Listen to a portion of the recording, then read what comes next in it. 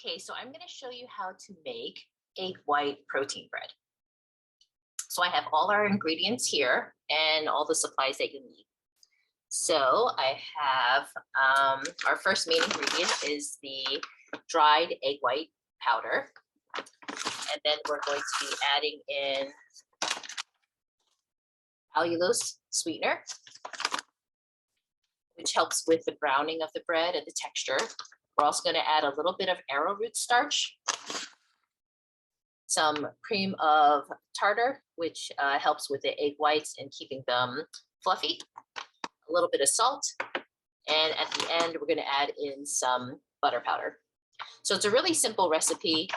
It is very helpful to have one of these stand mixers. You don't have to have one. If you don't have one, you can use one of those handheld mixers. The only thing is that you just have to stand there with it. So I kind of like throwing everything in there, setting it, and then I don't have to worry about it. So into our mixing bowl,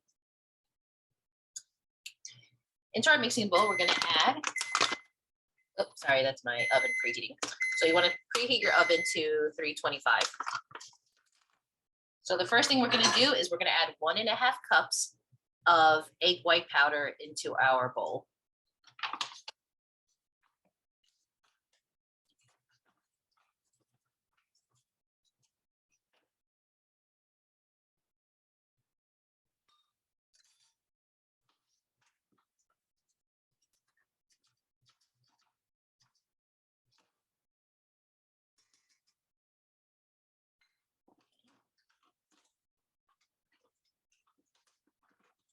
Next, we're going to add 1/4 cup of the allulose sweetener.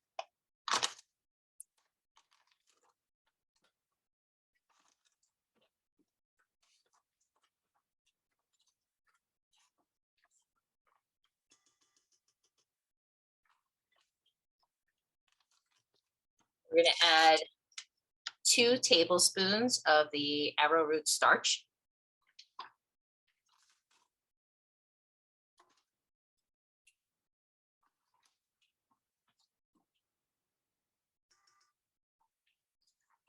This also helps with the texture.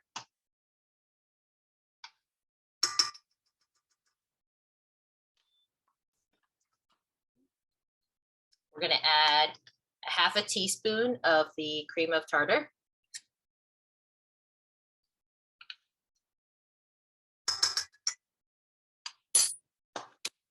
And 1/2 teaspoon of salt.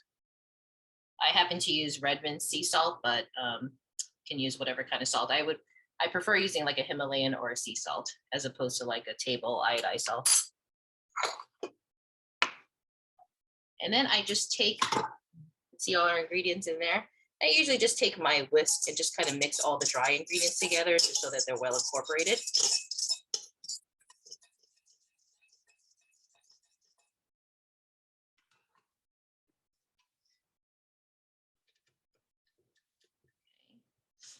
And to this dry mixture, we're going to add 1.5 cups of water.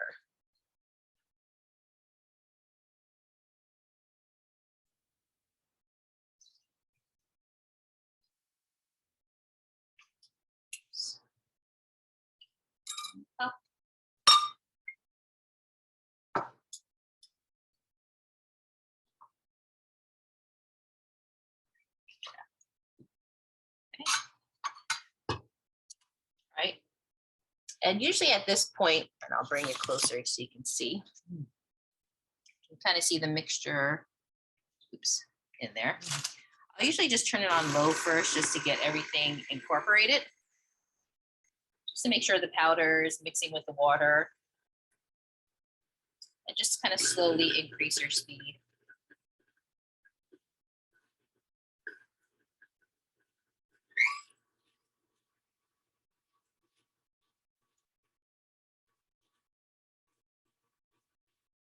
And eventually you want to get to a pretty high speed.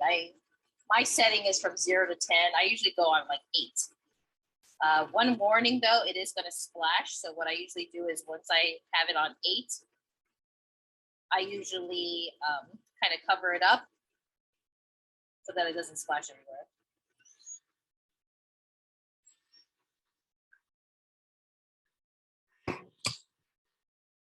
So at this point, generally what I do is I just kind of cover it with a towel just so that it doesn't splash.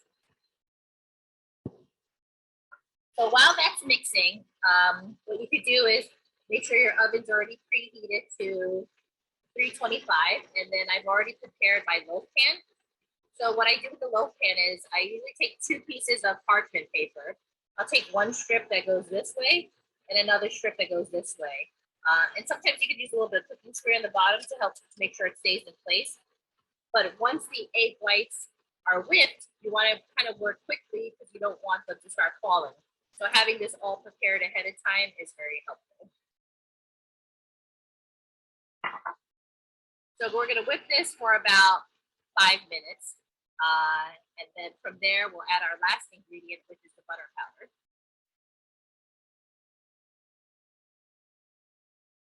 So it's been about 3 minutes so far. So let's just take a peek at it to see if it's thickening up.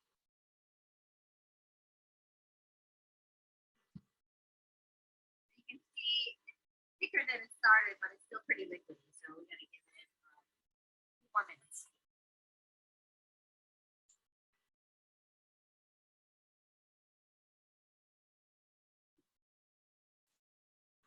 So you can see now how it's starting to thicken up.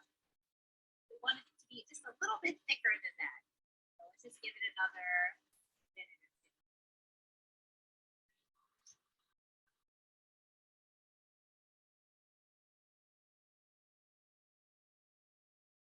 2. Just a little bit more. We want the peaks to be stiff.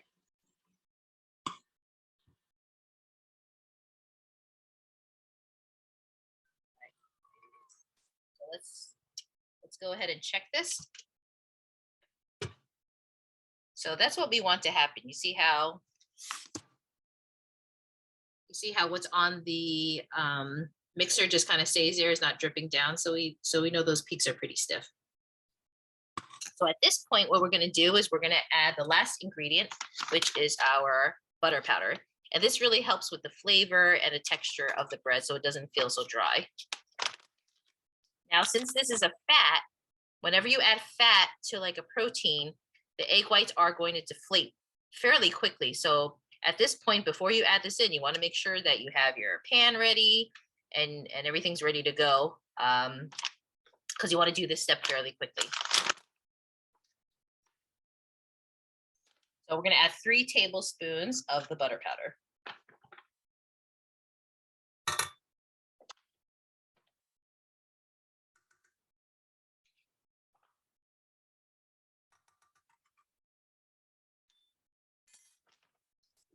And then we just want to gently mix. We don't want to mix this on too high of a speed because we don't want it to deflate the egg whites very much.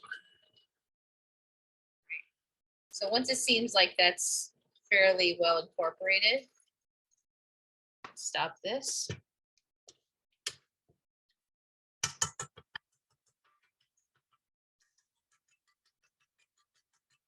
Off any excess. And usually what I do is I find it really helpful to have one of these non-stick silicone spatulas. I just mix it again just to make sure, because you will see some powder, some butter powder still not quite mixed in that well. So I'll just give it one more whip with my spatula and gently fold it in. And once that's done, let's see. And basically, we just want to go ahead and put this into our loaf pan. I'm going to try to remove any air pockets that might be down here. So just fill in any gaps you see.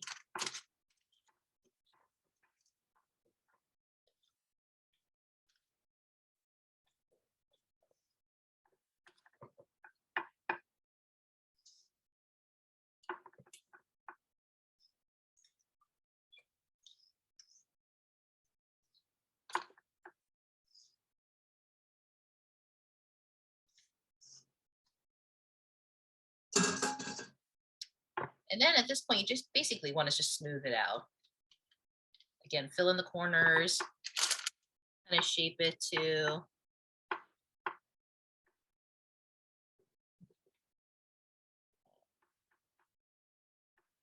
smooth it out as much as you can. And then I don't like wasting, so I'm going to take off any excess here and smooth that out.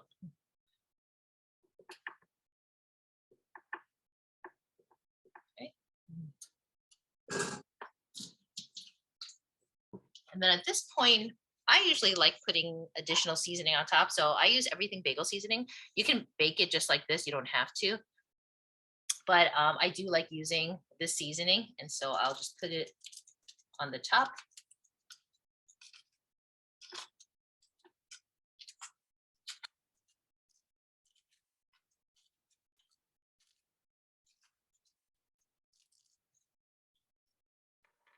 Right. And that's it. And I'll bake it in the oven at 325 for 40 minutes. And then you got bread. So our bread is now done. And I just wanted to show you what it looks like when it comes out of the oven.